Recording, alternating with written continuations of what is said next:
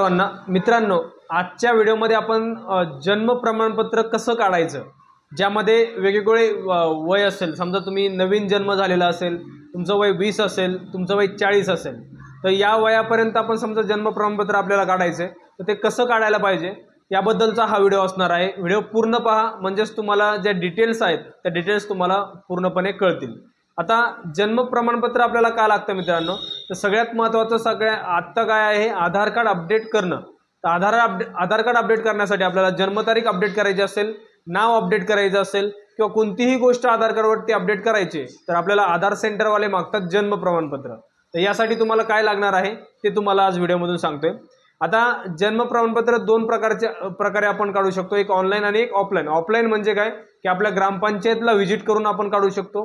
ग्रामपंचायतला visit करून कोण काढू शकतं, ज्याचा जन्म आत्ता झाला आहे 1-2 वर्षामध्ये, 2024 मध्ये 25 मध्ये किंवा लेटेस्ट मध्ये जन्म झालेला आहे, 10-15 दिवस झालेत, महिना झाला आहे वगैरे, ते ग्रामपंचायत असेल. त्यानंतर नगरपंचायत, जर तुमचा जन्म नगरपंचायतच्या हद्दीमध्ये झालेला आहे तर तुम्हाला नगरपंचायत सुद्धा, नगर परिषद, नगरपंचायत तुम्हाला जन्म प्रमाणपत्र प्रोव्हाइड करते.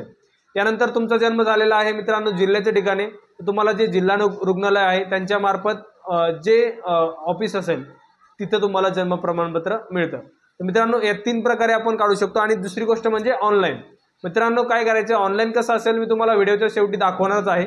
नवीन जे पोर्टल आलेलं आहे त्या पोर्टलवरती आपण कशी नोंदणी करू शकतो या सर्व गोष्टी तुम्हाला व्हिडिओमधून दाखवणार आहे. तर सगळ्यात सुरुवातीला आपण पाहूया मित्रांनो की आपल्याला डॉक्युमेंट्स काय काय लागतील. म्हणजे आपल्याला जर जन्म प्रमाणपत्र काढायचं असेल तर तुम्हाला कागदपत्र काय काय लागतील. तर बघा, पहिला आहे जन्माचा पुरावा.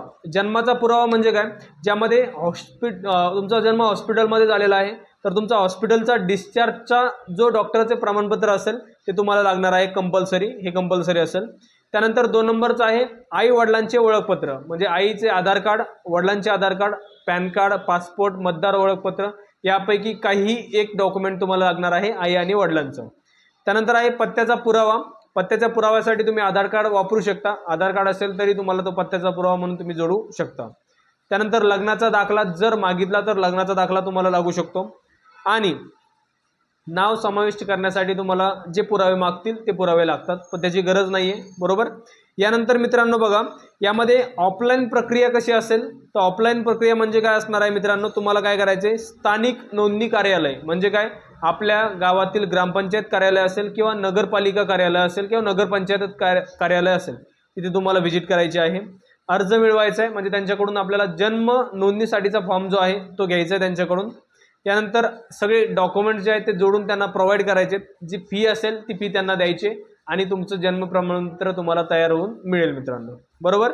यामध्ये बघा, 21 दिवसाच्या आत जर केलं तरच तुम्हाला त्यामध्ये 1 रुपयाही चार्जेस लागणार नाही आहे. 21 दिवसाच्या आतमध्ये तुम्ही नोंदणी करताय म्हणजे जन्म झाल्यापासून 21 दिवसाच्या आतमध्ये तुम्हाला विनाशुल्क ते गोष्टी लागणार आहेत. त्यानंतर 21 दिवसानंतर करताय तर तुम्हाला जी फीज आहे ती फीज तुमच्याकडून आकारली जाईल आणि त्यानंतर तुम्हाला ते जन्म प्रमाणपत्र मिळणार आहे, बरोबर. आता सगळ्यात महत्त्वाचं मित्रांनो काय आहे की ज्यांचे जन्म अगोदर झालेले आहेत त्यांचं ग्रामपंचायतमध्ये सुद्धा नोंद नाही आहे, ज्यांची नगरपंचायतमध्ये नोंद नाही आहे, फक्त हॉस्पिटलचा कागद त्यांच्याकडे आहे.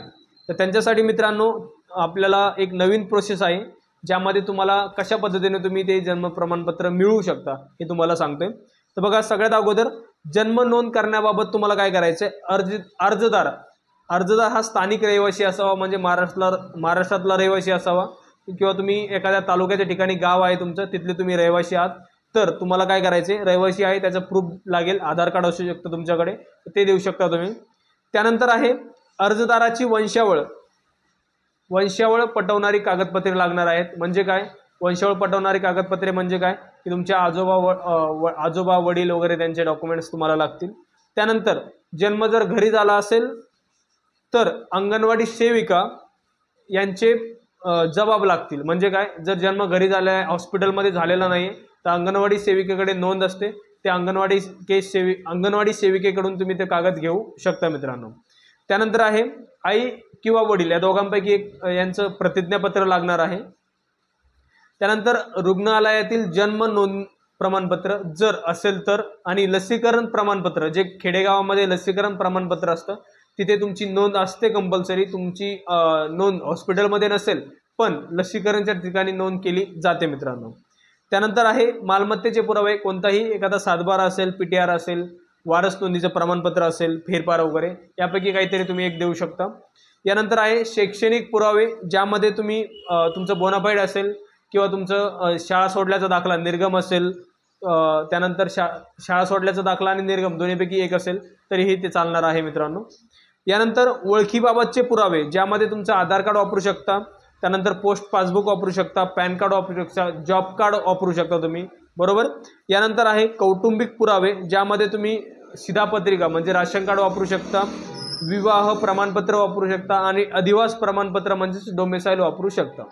आता मी जे कागदपत्र सांगितलेले आहेत हे आहेत मित्रांनो ज्यांची नोंद ही लवकर केलेली नाही आहे आपण, किंवा त्यांचा रेकॉर्ड ग्रामपंचायतमध्ये नाही आहे, नगरपालिकेमध्ये नाही आहे, तर त्यांना कशा प्रकारे डिजिटल जे जन्म प्रमाणपत्र आहे ते भेटेल यासाठी हे डॉक्युमेंट सांगितलेले आहेत. आता हे सगळे कागदपत्र जमा करून तुम्हाला काय करायचे मित्रांनो, तालुका दंडाधिकारी यांना हे सबमिट करायचं आहे, बरोबर. आता या व्यतिरिक्त तुम्हाला काहीही डाऊट असेल, आता मी माझ्या माहितीनुसार जेवढी मला माहिती होती त्यानुसार तुम्हाला व्हिडिओमध्ये सांगितलेल्या आहेत गोष्टी. या व्यतिरिक्त तुम्हाला कोणतीही माहिती पाहिजे असेल तर आपापलं तहसील कार्यालय जे आहे तहसील कार्यालयाला तुम्ही व्हिजिट करू शकता. तहसील कार्यालयाला व्हिजिट करून तुम्हाला पूर्णपणे त्याची माहिती मिळेल, बरोबर.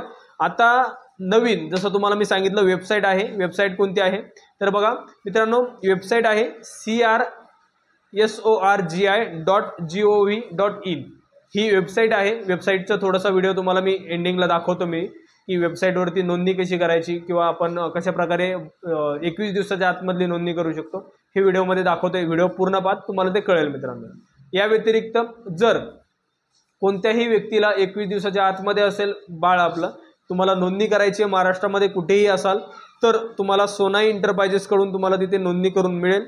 त्यामध्ये खाली कॉन्टॅक्ट नंबर देणार आहे डिस्क्रिप्शनमध्ये मी, त्या कॉन्टॅक्ट नंबरवरती मेसेज किंवा फोन करून तुम्ही ती नोंदणी करून घेऊ शकता. त्यामध्ये कागदपत्र काय लागतील ते सांगितलेलंच आहे मी तुम्हाला, की आधार कार्ड लागणार आहे आईवडिलांचं, त्यानंतर मुलाचा दवाखान्यातलं प्रमाणपत्र लागेल, डिस्चार्ज लेटर असेल ते, आणि थोडेफार जे वेगवेगळे डॉक्युमेंट्स लागतील ते तुम्हाला त्या टाईमला सांगितले जातील. आणि पुढचा व्हिडिओ स्किप करू नका, कारण की तो व्हिडिओ जो आहे तो मेन आहे. वेबसाईट जी आली त्या वेबसाईटमध्ये कशा प्रकारे आपण नोंदणी करू शकतो हे तुम्हाला मी दाखवत आहे. तर चला पाहूया आपण मित्रांनो वेबसाईटवरती नोंदणी कशी करायची. तर मित्रांनो पाहू शकता मी वेबसाईटवरती आलेलो आहे. जी तुम्हाला वेबसाईट सांगितली होती ती वेबसाईट व्यवस्थित पाहून घ्या. वेबसाईटचं जे नाव आहे, जे स्पेलिंग आहे ते तुम्हाला सांगतोय, crsorgi.gov. यावरती आल्यानंतर बघा इथे लॉग इनवरती टच केल्यानंतर जनरल पब्लिक दिसलं आहे आपल्याला, त्यावरती आपण क्लिक केलेलं आहे जनरल पब्लिक, बरोबर. आता जनरल पब्लिकवरती क्लिक केल्यानंतर अशा प्रकारचं एक पेज ओपन होतं, ज्यामध्ये आपल्याला लॉग इनच्या अगोदर एक साईनअप करावं लागेल. तर साईनअप करण्यासाठी मित्रांनो आपण काय करतोय, साईनअपवरती क्लिक करतोय. जे साईनअप ऑप्शन आहे खाली त्याच्यावरती क्लिक करतोय आपण. यावरती क्लिक केल्यानंतर तुम्हाला सुरुवातीला तुमचं नाव विचारलं जातं आहे. तुम्ही नाव टाकायचं, जे रॅन्डमली तुमचं नाव असेल ते तुम्ही टाकू शकता. फर्स्ट नेम, वडिलाचं नाव आणि आडनाव, हे 3 गोष्टी टाकून घ्यायच्यात. तुम्ही पुरुष आहात, मेल म्हणजे महिला आहात ते तुम्हाला टाकायचं आहे. त्यानंतर तुमची जन्मतारीख जी असेल रॅन्डमली, आता मी एक अनोळखी जन्मतारीख मी टाकून देतो मित्रांनो, बरोबर. त्यानंतर नेक्स्टवरती क्लिक करायचं आहे. नेक्स्टवरती क्लिक केल्यानंतर तुम्हाला ॲड्रेस इन्फॉर्मेशन विचारली जाते. ॲड्रेस इन्फॉर्मेशनमध्ये तुम्ही तुमचं राज्य निवडायचं आहे. राज्य मी ॲटोमॅटिकली म्हणजे आपल्या मनाने कोणतं पण तुमचं जे असेल ते निवडू शकता तुम्ही. राज्यानंतर जिल्हा निवडला आहे. जिल्ह्यानंतर आहे तालुका निवडायचा आहे. तालुक्यानंतर ऑप्शन्स आहेत मित्रांनो खाली बघा, व्हिलेज आणि टाऊन. म्हणजे काय, तुमचं व्हिलेज आहे का टाऊन आहे. व्हिलेज म्हणजे खेडेगाव असेल आणि टाऊन म्हणजे मोठं गाव असेल, जिथं जास्त लोकसंख्या असेल तेवालं. ओके, तुम्ही ते जे असेल ते तुम्हाला निवडायचं आहे.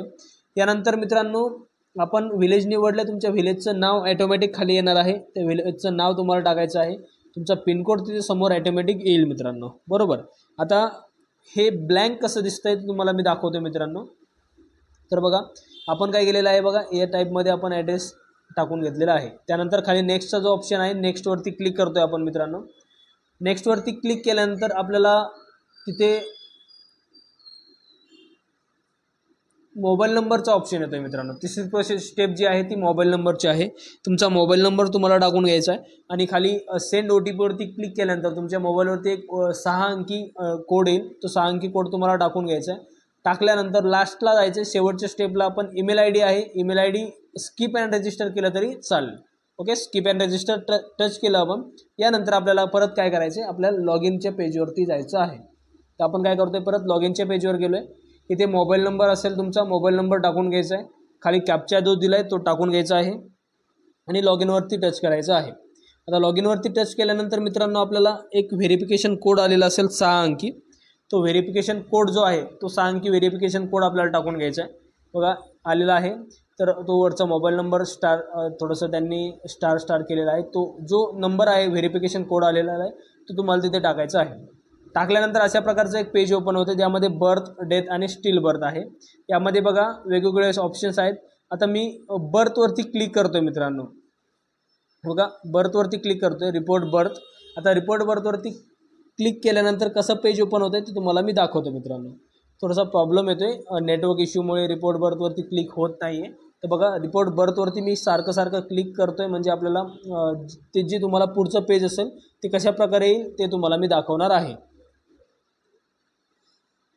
तर रिपोर्ट बर्थवरती क्लिक केल्यानंतर आपल्याला एक असं पेज येणार आहे ज्यामध्ये आपल्याला तिथे माहिती भरायला ऑप्शन दिला जाणार आहे. बरोबर, तर आपण काय करतोय आता बघा रिपोर्ट बर्थवरती क्लिक करतोय आणि अशा प्रकारचं आपल्याला तिथे पेज ओपन होते. यामध्ये सविस्तर पूर्णपणे तुम्हाला माहिती भरायची आहे. सविस्तर पूर्णपणे तुमची माहिती भरून घेतली तुम्ही तर तुम्हाला नेक्स्ट प्रोसेसवरती क्लिक करायचे. नेक्स्ट प्रोसेस गेल्यानंतर शेवटपर्यंत तुम्हाला ते भरून घ्यायचं आहे मित्रांनो. बरोबर, हे भरून घेतल्यानंतर तुम्हाला परत होमवरती क्लिक करायचं आहे. आता होमवरती का क्लिक करायचं, कारण की जे आपण ॲप्लिकेशन भरलेलं आहे ते ॲप्लिकेशन कोणत्या स्टेजला आहे ते आपण कसं चेक करायचं.